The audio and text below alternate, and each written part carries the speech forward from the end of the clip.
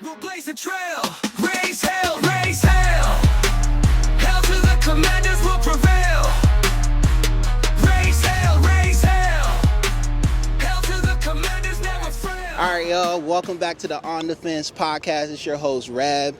Kenny G. Yes, sir. We are joined today by the man, the myth, the legend himself, Rocky McIntosh. Somebody who knows a whole lot about this stadium. Rocky, how you feeling today?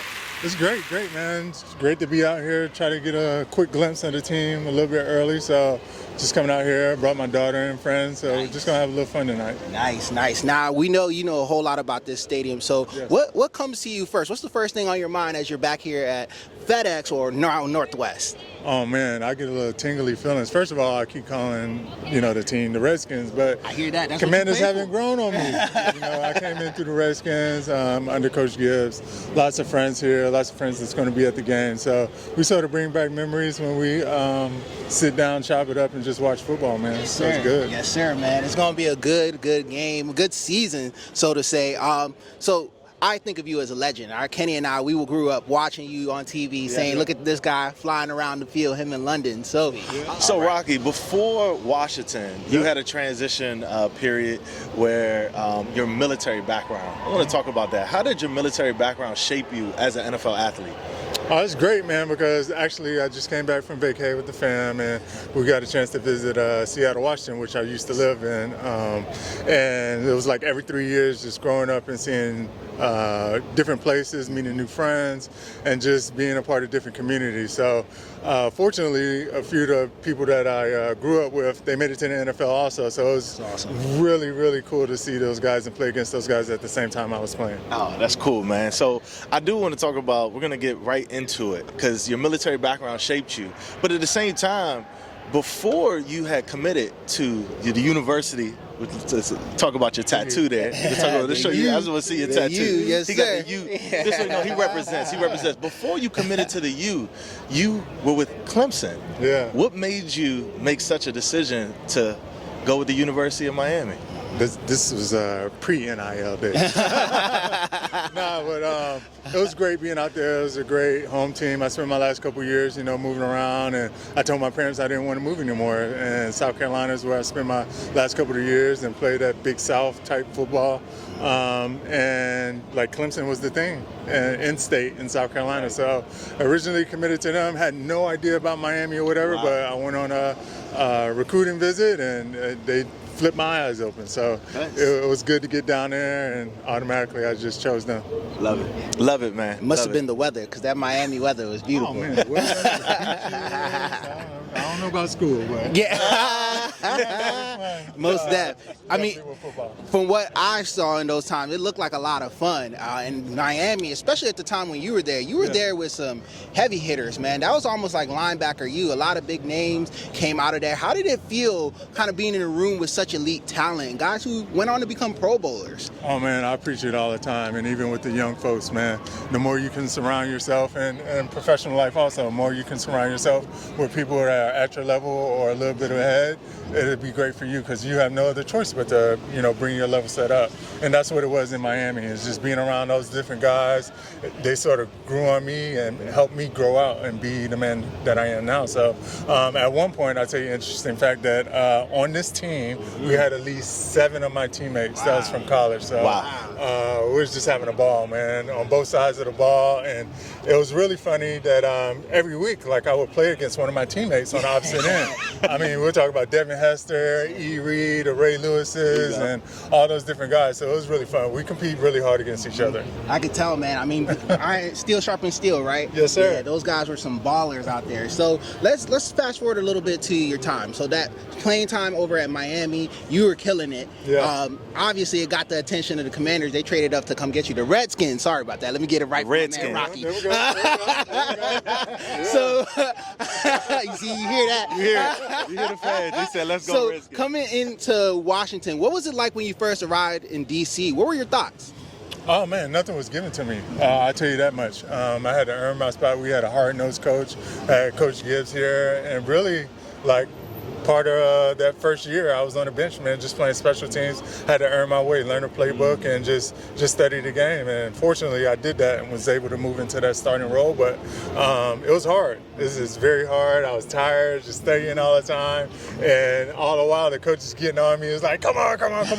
But it was a lesson learned, man. It was just like, hey, put in this work early. Really commit yourself, and then it'll pay off in the end. Absolutely. Listen, kids, if you're trying to be a baller like Rocky, keep stacking those days. Yes, That's sir. a fact. So, Rocky, I got a question for you. I want you to talk about your favorite FedEx Field memory as a Washington Redskin. Oh, gosh, man. Why you do that to me, man? I'll probably say, rest in peace, my boy Sean Taylor. Yes, sir. Just- R.I.P. we to went the out great there one. with like 11 on the field, and we were always thinking about them. It was against the Bills. It was such a great moment, just knowing him, his family, and day one of school in Miami, he was like my teammate. So we stayed in the same apartment complex. So I used to see him all the time. I used to get jealous, man, because he was a local guy. He had his car, he had a bike. It's like, damn, man, Sean, you survived. Right. He's so cool, so down to earth, man. He'd give you the clothes off his back, man. So Rest in we peace. really appreciate that. Man, he was a great. Speaking of greats, you played with one of the greatest linebackers, somebody who I think should be in the Hall of Fame. Yes, sir. London Fletcher. How was it running with London back there, man? Oh, man, it's coming for sure.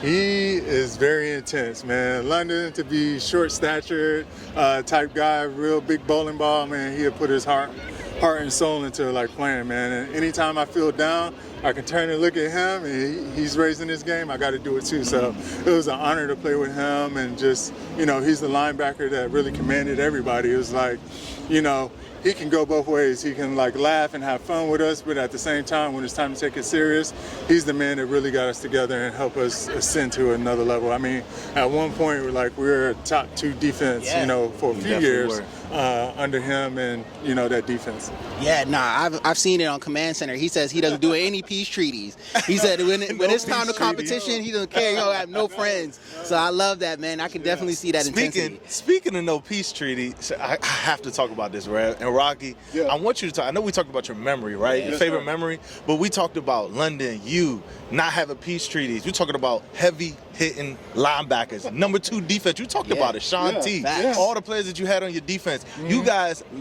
y'all brought pain. Y'all laid the wood. What is the memory on the field?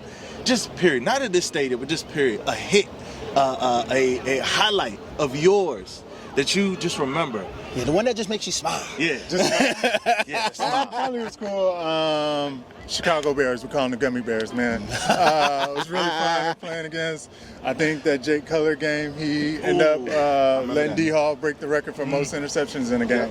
I had a couple sacks, a couple big hits. That was a good game for me. So Okay, the Gummy Bears. yeah, the Gummy Bears. I like that. That's a first. So talking about great memories, I know that in football there's ups and downs, and for anybody who reaches success, you have those ups and downs. Yeah. Talk to us a little bit about overcoming adversity to still come back in 07 and still be able to do great. You were at the top of the game, and unfortunately injury got to you. How was that process, and how did that kind of shape you as you transitioned on from the Redskins and through life after football?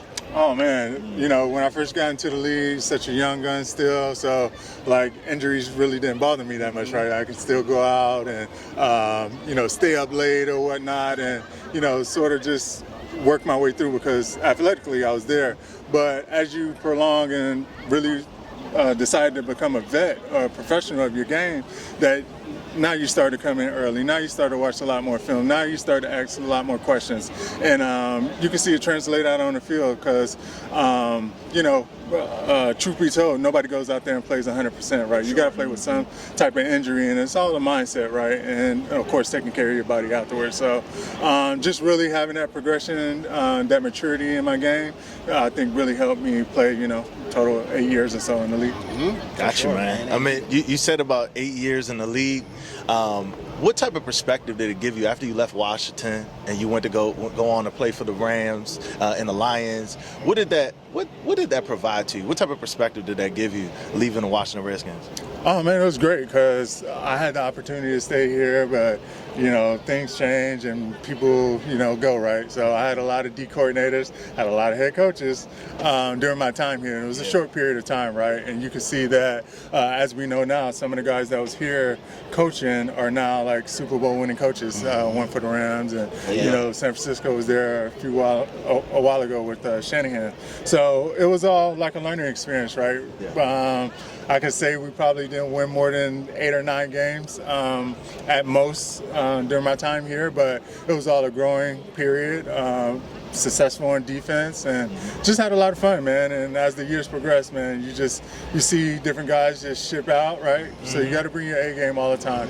Got to be a pro and just really put that foot forward and say, hey, man, this ain't gonna be my year. I'm playing another. Yeah, understood. Rocky, and just being in your presence, I could feel that you are a true pro, and we know there's a lot more to life after football. From you transitioning out of the NFL and into a community outreach stuff, doing some recruiting I heard you do, and as somebody who also works in tech, I hear you also work in tech. Yes, what would you say is the most rewarding thing about life after football? Oh, man, it's cool, man. The different engagements that I get to do within the community, speaking to kids, and then also just enriching myself, right? We spend a lot of time meeting people and not only on the field but off the fields, right? So it's, again, how can we apply ourselves to life after football? And so every year, dude, I was going back to school, got my master's, did boot camps, did all types of crazy stuff. Whatever they would pay for, I did. So that's smart. Smart man. I made sure I took advantage of that, and it really paid off for me now. I really enjoy doing software development for a gov contractor now, and just really expanding my atmosphere and my network. So that's cool for me. Fantastic. Yo, Rocky, it's a pleasure talking to you. Before we let you get out of here, we're going to kick it over to our junior correspondent for a rapid fire fan question section. All right, thanks, guys. Now we're here with Rocky, and we're just going to do a couple quick rapid fire questions. Boom. All right, so my first one is, who was your favorite teammate when you were playing here in Washington? Probably, I don't have one single one. I just do my boys center use. So we had Sean, we had CP, a bunch of other guys that came on later, but like we just had a lot of guys that really get down and play for the team. That's awesome. And what about going to the other side, other team? Who's the toughest player you've ever had to tackle? Toughest, I would say AP, man. He came in here one time and lit us up for 200 something. So that wasn't a good game, and it wasn't a good meeting after the game. Oh man, and what about the most underrated player that you played with? Underrated? Oh man, I think play with here or just out the league? Yeah, just here. Yeah. Here, Santana, right? So we just put him in the rafters last week or so. Yep, saw that. But he's just been balling for ages, man. Yep. He didn't have to retire, but he did. But he was still burning people, later in his days. Yep. And then I know Sean Taylor. You have a lot of things to say about him. But if there's one thing you could say, one word, what would that be for him? Relentless. Man, there was one summer, we work out really, really hard during the summer. He had already worked out during the morning, but when I came in, I got my little sleep in, and then I woke up and I came in to work out. He approaches me and he say, "Rocky, you want me to work out with you again?" I was like, "What? Are you crazy? I wouldn't do that." So he's just totally relentless. He lives in weight room, training room, meeting room. So he's a great guy. That's awesome. And the final question is, what was your go-to pre-game hype-up song? Hype-up song? I don't know. See, being at Miami, they taught me to talk a lot of so I would talk a lot of stuff to hype myself up. So. And of course, if you talk, you got to back it up. So I couldn't let that happen. Couldn't have that let down. That's awesome. Well, thanks for joining us. I'm going to bring Kenny and Red back in. All right, y'all. Thank you, Raj, for that great section on there. Thank you, Rocky, for joining us today on the podcast. Before we let you go, any causes, any shout outs you want to give to the people, where they can find you, what you're doing, any outreach, anything? Just a quick shout out for my fam, man. They always supported me. Got my kids, got my son going to William and Mary first year, playing ball down there. And the wife, man, just holding me down and holding the kids down and just supporting me through all this craziness. So it's been a ride. That's love. We appreciate you. Hopefully we can get you back on the scene just to talk more ball during the season. Thank you so much for your time. Pleasure, man. Thank you for coming and joining the OTF podcast. That's it, y'all. From the OTF podcast, Rocky McIntosh. Let's do it. Raise hell, raise hell. Raise hell, raise hell, raise hell. Hell to the commanders will prevail.